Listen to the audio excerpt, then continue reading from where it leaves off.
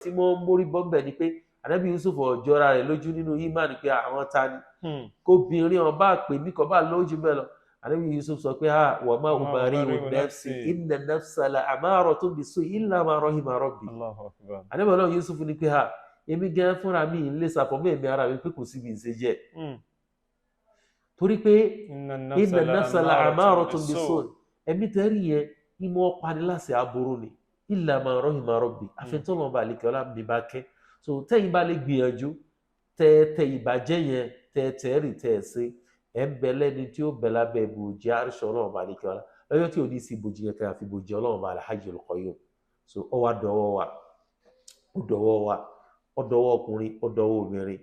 gbogbo ìyá tó bá bùkátà pé mo nídìí ọkọ tó lásìkò ní kẹ́ lọ dálé kọ́ kẹ́ mọ control business kẹ́ wá ti ra yín bíi pé báwo lẹ́yìn ó tún á bẹ lábẹ́ control ọkùnrin kan tí ó máa pàṣẹ fún yín òun tẹ́ kẹsì ni pé ọkùnrin tẹ́ mọ náwó fún gbogbo àtẹ̀bá ní bùkátà sọkùnrin kọ́kẹ́ máa sáfìsì yín dákọ̀kẹ́ ẹ mọ̀ síbẹ̀ gbígbé sí ayé ẹ̀sìn ẹ̀ obìnrin mùsùlùmí lọ́kọ ni ibẹ̀ làpọ́nlé yín wà ibẹ̀ lóríire yín wà ibẹ̀ làṣeyọrí tayé tàlùkìyámà yín wà nítorí bẹ́ẹ̀ ó dọwọ́ wa ẹ sì rí ẹ̀ṣẹ̀ zina tó bá gbajúmọ̀ jù báyìí lọ láwùjọ òfin kẹwọn ní wá mọ́ tí ó wá sọ di ohun tó tọ́ ọlọ́run bá lékẹ́ láti ṣe é léwọ̀ nínú tírà rẹ̀ kódà ọjà sí wípé àwọn olórí wọ́n ń ṣe zina kódà bọ́jà sí wípé àwọn olóṣèlú àbáwọn tí ó jẹ́ pé wọ́n jẹ́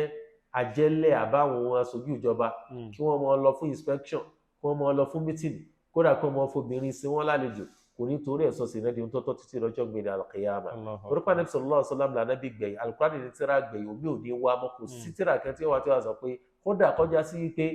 dírẹ́fà tí wọ́n akọ oko kò mórí bọ́ ńbẹ̀ kódà bọ́jọ́ pọ́ ọmọléèwé ò mórí bọ́ ńbẹ̀ agbábọ́ọ̀lù ò mórí bọ́ ńbẹ̀ agbófinró ò mórí bọ́ ńbẹ̀ kódà tó tún burú débi pé àáfọ̀ oníbàjẹ́ tóun náà tún ní òun kọ́mọ lẹ́kọ̀ọ́ tàbá tó rí tí ń ṣe bàjẹ́ bó ṣe rí yẹn náà nǹkan haramu ní èèwọ̀ náà ní déédé ìyàtọ̀ náà balẹ̀ kẹ́ ló fi jẹun tí ò fún àkọ́dà títí tí ó tún pọ̀ ju tí ò bá sọ̀rọ̀ lọ́lọ́run ó fi jẹun náà torí ohun tí ń ṣe yẹn. kí ló dé atamuruna an-nasa bil-birri wa tansawna anfusakum wa antum tatluna al-kitaba afala ta'qilun atamuruna an-nasa bil-birri ọlọ́run ẹ̀ mọ̀ pàwọn yẹn lásẹ̀ dáadáa wa tansawna anfusakum ẹ̀ dẹ̀ wá gbàgbé ẹ̀mí ara yín wa antum tatluna al-kitaba ẹ̀yin náà nǹkan tẹ́ra afala ta'qilun ṣẹ̀wáṣẹ̀ lákàyèbí so nítorí bẹ́ẹ̀ ó dọwọ́ wa sínú òní jẹ́ halal tálkì àmọ́ ọlọ́run bá rí kọ́ ló fi di kẹ́sì mọ́ gbàgbé Ànábì sallallahu alayhi wa sallam wọ́n ní hujibati an-naru bish-shahawat wa hujibati al-jannatu bil-makarih ẹ̀rí iná tẹ̀rí yẹn ohun tí wọ́n fi ṣùgbà rẹ̀ ohun tí wọ́n fi ṣe fẹ́ǹsì iná tí wọ́n fi rọ kiri rẹ̀ ká shahawat àwọn kẹ́tí mọ́ wù yẹn ni ohun tó lè tètè kó yẹn wọ́n náà àwọn kẹ́tí mọ́ wù yẹn ni àwọn ọmọdùmọ̀dùn ayé so wa hujibatil jannatu bil makarih àwọn kẹtàrà kọ́ tí yìí fẹ́ ṣe ní kí ọmọ sọ̀rọ̀ lánàá òtútù kókó ń lọ kírun ẹbí kí gbogbo èèyàn mọ̀ sùn kí wọ́n mọ jí sáré ẹbí kí gbogbo èèyàn ó jókòó kó mọ gbọ́ rédíò kó mọ ṣe fàájì kó mọ wo fídíò kí wọ́n sọ pé ọlọ́run kí tààrà ọ̀wé ìfọ́lọ́wọ́n bá alẹ́ kí ọlá gẹ́bí kí àwọn èèyàn rí sì náà kó wọ́n mọ ṣe gàràgàrà kí wọ́n sì rí kó pátì so eléyìí ohun tọrọ kiri káàlì janna al-makarih ní tẹ́ni ìfẹ́ ṣe ni nítorí bẹ́ẹ̀ báwo làwọn wá sí gbìyànjú torí pé ohun tí ó jẹ́ ká jẹ́ mùsùlùmí ni pé àtẹ ìfẹ́ inú wa lórí ba ìtẹ̀fẹ́ inú wa lórí ba yìí àrí nǹkan tí ń wù wá àrí èyí tí ń wù ọlọ́run ọba èyí tí ń wù wá yẹn kò dọ́gba pẹ̀lú èyí tó wù ọlọ́run ẹni tó bá lè tẹ ìfẹ́ inú rẹ̀ lórí ba tó bá fi èyí tí ń wù lẹ́mí sílẹ̀ tó lọ síbi èyí tí ń lọ sí tọ́lọ́run ọba hada muslim li'annahu aslama lillahi jalla wa ala. masha allah tabarakallah. ó ju pájú sílẹ̀ fọlọ́run ọba tọ́lá rẹ̀ ga ọlọ́kọ̀dá kò sànù. amina ya rabbal alamin. ẹlẹ́ẹ̀kẹfà nínú wọn òun náà ni ẹni tó ṣe yí pé tasaddaqa bi sadaqatin fa akhfa'a hatta la ta'lama shimaluhu ma tunfiqu yaminuhu. òun lẹ́nu tó ṣe pé ó ṣe sàdákọ̀ ọ̀nà owó kan tó ṣe pé ó pa á mọ́ títí tó fi já sí pé ọwọ́ àlàáfíà rẹ̀ ọwọ́ àlàáfíà kọ̀mọ́ tí ọ̀tún náà. ní tó gbajúmọ̀ al-Jawhari ohun tó gbajúmọ̀ láwùjọ tí wàá tá a wà òun ni wípé wọn announce kí ni wọ́n announce mo ti donate 50,000 naira náà at least wọ́n dárúkọ wa ẹ lọ pé wọ́n ṣàkíyèsí àfìgbà tẹ́ bá sọ pé inna fulana bunu fulan tasaddaqa bi $1,000,000 Allahu akbar lágbájá ọmọ lágbájá ó ti donate 100 million fún Allahu akbar táwọn yẹn mọ́ táwọn Tí wọ́n èèyàn fẹ́ máa ń gbọ́ fi jù ní bẹ́ẹ̀ sì ni ẹ̀rí sọ́dákọ̀ ṣíṣe tí ẹ bá lè ṣe nípamọ́ gbòǹkẹ́lẹ́ ẹ mọ́ sọ fẹ́ nìkan tẹ́nìkan ò mọ̀ sí òun lẹ́sẹ̀ rẹ̀ ń fi ga jù. Inshallah. lóòótọ́ ọlọ́run bá tọ́lá rẹ̀ ga ó sọ nínú Suratul Baqara pé in tubidu sadaqati fa ni'ma hiya wa in tukhfuha wa tu'tuha al-fuqara'a fa huwa khayrun lakum wa yukaffiru 'ankum min sayyi'atikum wallahu bima ta'maluna khabir. ọlọ́run bá sọ pé in tubidu sadaqati sàrà tẹ̀ ń ṣe tẹ́ bá fi hàn fani ma tọ́ mọ́ndà làwọn tẹ̀ ṣe yẹn náà bó jẹ́ pé àwọn afá sọ̀rọ̀ lórí yẹn náà pé ó ṣe ṣe kọ́ pẹ́ nìyẹn ó ṣe ń ṣe ló ṣe sọ́dákọ̀ yẹn lójú àwọn yẹn láti lè fi ṣe targhib láti lè fi rọ̀ gábà ẹlòmíì náà wípé ayẹkẹ́ yìí náà mọ̀ sí ohun tá à ń ṣe. kóun náà lè dìde pé ẹni yóò ní tóní o. eléyìí ni mọ́ndà là. Allahu akbar. ọlọ́wà ni wà ń tó fún tòun tún gbọ́ tòun ti bẹ́ẹ̀ náà tẹ́ bá lè pa á mọ́ wà tòun tó al-fuqara tẹ wá fún àwọn tálákà fa huwa khayrun lakum òun ló fi lóore jù fún yín wa yukaffiru ankum min sayyi'atikum ọlọ́run bá máa ṣàforíjì fún yín nínú àwọn àṣìṣe tẹ́ ẹ ti ṣe nítorí bẹ́ẹ̀ ó lọ́lá fún wa láì tí ẹni jẹ́ pé nìkan ń mọ̀ sí ẹnìkan ní olóṣèlú ìṣòro kọ̀rọ̀ nítorí wípé àwọn tó ṣoore fún yẹn náà wọ́n ti padà mọ́ kọ̀ndẹ́mù rẹ̀ tó bá yá owó kó da tó bá jẹ́ pé wọ́n bá fẹ́ fún àwọn èèyàn ní nǹkan kó wọn jọ kó pe tv lóríṣiríṣi bí ọ̀rẹ́ tv àtàwọn tí fi mí ipe ọyá o lónìí òun ni àwọn alájí wa nìkan wọ́n fẹ́ ha palliative wọ́n fẹ́ ha oúnjẹ àwẹ̀ fún àwọn èèyàn so nítorí bẹ́ẹ̀ wọ́n ní ẹ pàdé wa ní gbọ̀ngàn tá hall ìlú Ṣakí wọ́n gbù ẹ sì sùúrù ládùúgbò yìí lásán gbogbo tó fẹ́ ha ní gbọ̀ngàn tá hall ládùúgbò yìí lásán kó tó pin láàrin ogún ilé ó ti tán kó tó pin láàrin ogún ilé ó ti tán so ìdí nìyẹn tó fà tó fi já sí pé ká gbìyànjú ká mọ sojú kòkòrò rẹ̀ kámọ̀ sí kòkòrò rẹ̀ aláwọn ilẹ̀ lárúbáwá àwọn èèyàn ń kọ́ mọ́ṣáláṣí ránṣẹ́ wọ́n ń kọ́ lékè ránṣẹ́ sáwọn èèyàn àwọn eléyìí ọmọ wa rí wọn ò mẹ́ni tí ó lo mọ́ṣáláṣí yẹn wọn ò mọ anybody the only thing tí wọ́n kẹfẹ́ náà ni pé kíjọsìn ọlọ́run bá lékè ọlọ́mọ ọlọ nínú ẹ̀ kó sì mọ jẹ́ sadaqatun jariyah fáwọn hatta yawm al-qiyamah. kódà wọn tún gbé bọ́wọ́ ránṣẹ́. kẹsàn-án rẹ̀ ó sì mọ so owó bọ́wọ́ wọ́n ní kó fowó olúwa wọ olórí ìjọba wọ́n ní kó fowó olúwa gbé bọ̀wọ̀ fún wa ó kó jẹ ẹni tí ọ̀wá mọ̀ wá rí tí ó mọ ẹyẹ tó súwá tí ó mọ àwọn tí ó mú mi ibẹ̀ ó wá fowó ránṣẹ́ ilé yìí ni ikhfa'u sadaqat ìpa sọ́dákọ̀ mọ́ lè tó já sí pé ìmọ̀mú ní rí àdìpẹ́lẹ̀ ẹ̀sìn gbogbo apápátá ní kẹjá sojú kòkòrò rẹ̀ ọ̀pọ̀ nínú àwọn èèyàn tó yẹ pé tẹ́ ẹ bá tí ó bá ti rojú àwọn ẹnìkan kò ní fẹ́ ṣe dáadáa fún àwọn èèyàn pé ẹ sọ̀rọ̀ sókè yẹn pé ẹ sọ̀rọ̀ sókè ẹ kí lẹ fẹ́ ẹ sì á ẹ mọ̀ pé bẹ́ẹ̀ náà lẹ́wọ̀n ń jẹta mo ṣètò fún yín so la ilaha illallah so káwọn ẹ̀ tí mẹ́tò sí lè mọ bá gbọ́ pé ìṣẹ̀lẹ̀ nìyẹn ń tọrọ lọ́wọ́ rẹ̀ àbí kò rí ẹ̀ pé báwo ni máa sí yẹn so gbà so because nígbà mo lò tó sùn máa wò pé àwọn kẹ́ ń bẹ tí àárín ṣẹ̀ kiri ká gbé fún yẹn mo ṣe gbé fún yẹn nísìnyí ẹ rí i pé láìpẹ́ tí yín náà yàtọ̀ wọ́n tún ṣe bẹ́ẹ̀ mọ́ wọ́n tún ṣe bẹ́ẹ̀ mọ́ tó nítorí kẹsàn-án rẹ̀ ó lè bá a kú kẹ́kẹ́. ويطعمون الطعام على حبه مسكينا ويتيما وأسيرا. nínú ẹ̀san tó lágbára jù nínú tí yẹn náwó lé lórí ọ̀kẹ́ ni wọ́n sọ fún wa yẹn àlè ìtọ́ám nínú ẹ̀sìn Islam ẹ lè mọ́ kó mọ ẹ lè mọ́ ṣe ìyàwó ẹ lè mọ́ ṣe fírídọ́ọ̀mù tẹ́ ẹ sì pe àwọn èèyàn pé ẹ wá jẹun pé mo fẹ́ fáwọn ẹ̀ lóúnjẹ ibù kìí ṣe náà àwẹ̀ nìkan tá a mọ̀ ṣe ìtọ́rù pé mo kẹfẹ́ káwọn ẹ̀ wá jẹun lé mi lónìí ó lẹ́san nígbà kan ni bóyá àsìkí wa ni wọ́n ń lè bóyá àsìkí ebi ọ̀pá ọ̀dọ̀ wa ni wọ́n lọ àsìkí rẹ̀ nísì ọjẹ́ tètè mọ̀ ọjẹ́ torí pé kò tiẹ̀ tí mo ti ń jẹ́ wọ́n lọ àsìkí tọ́lọ̀ balẹ̀ kí ọlọ́ba ní ọjẹ́ tiẹ̀ náà ní ọjẹ́ tiẹ̀ gbogbo tọ́lọ̀ balẹ̀ kí ọlọ́ba lò ní gbogbo ayé ò lè fún ẹ so ìdí nìyẹn tó fà tó fi já sí wípé kò sí ti ń jẹ́ wọ́n lọ àsìkí èèyàn ẹ̀yin tọ́lọ̀ wọn balẹ̀ kí ọlá bùkún a tún wà nínú àsìkò tó yẹ pé èèyàn mọ̀ ń ṣe sọ́dákọ̀ ọ̀rọ̀ yín gbé alùgbẹ̀ nǹkan méjì kí a kọ́ ni pé kéèyàn mọ̀ ń ṣe sọ́dákọ̀ kéèyàn mọ̀ nínú tọ́lọ̀ balẹ̀ kí ọlá fún ẹlẹ́ẹ̀kejì ni pé kéèyàn jìnà sí kárí mi nínú rẹ̀ tẹ́ bá lè gbìyànjú tẹ́ ń ṣe bẹ́ẹ̀ ẹ pé kò ní ìdíkẹ́ nìkan àìmọye àwọn èèyàn ní mọ̀ ṣe bẹ́ẹ̀ pé ẹ mọ̀ dáa kọ́ mi o ẹ sì mọ̀ sọ fẹ́ nìkan lówó tó tó owó. Masha Allah.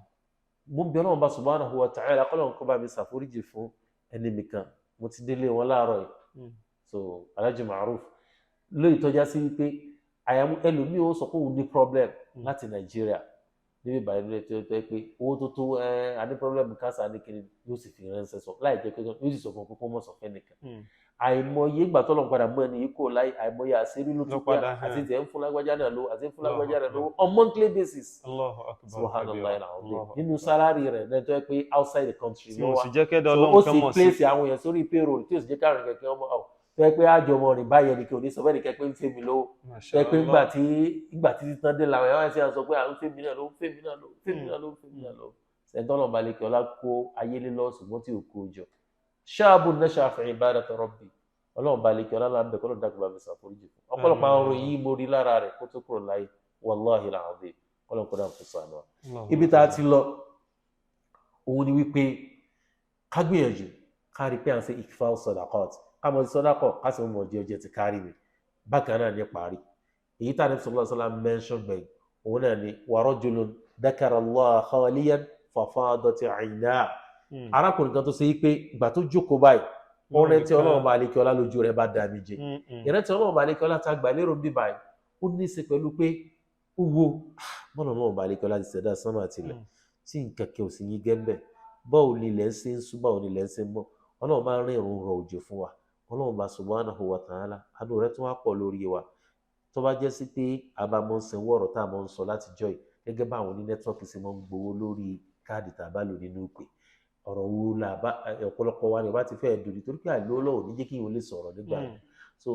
bẹ́ẹ̀ náà ni tó wá ṣe pé mílò òkè mílò ọ̀lẹ́ wa tó wá yẹ pé Ọlọ́run bá gbowó lọ́wọ́ wa gẹ́gẹ́ bíi ti oxygen tá a máa ń lò lọ́sibítù báwo ni ìsẹ̀mí ò bá ṣe rí so orí Ọlọ́run bá lè kí ọlá aláàánú ni wọ́n wá ronú nípa àwọn ẹ̀dá Ọlọ́run bá tó dá ó ronú nípa àwọn àyàtọ̀ Ọlọ́run bá lè kí ọlá ó ronú nípa gbogbo ẹ̀ ó ronú nípa pé Ọlọ́run bá lè kí ọwọ́ apáyà yẹ Ọlọ́run bá lè kí ọlá pé tó bá ibà lóun ó fìyà jẹyàn lórí àìdá ó tọ́ bẹ́ẹ̀ tó bá lóun ọwọ́ aronú ọwọ́ sunkún pàápàá jùlọ nígbà tó dá wà lóhùn nìkan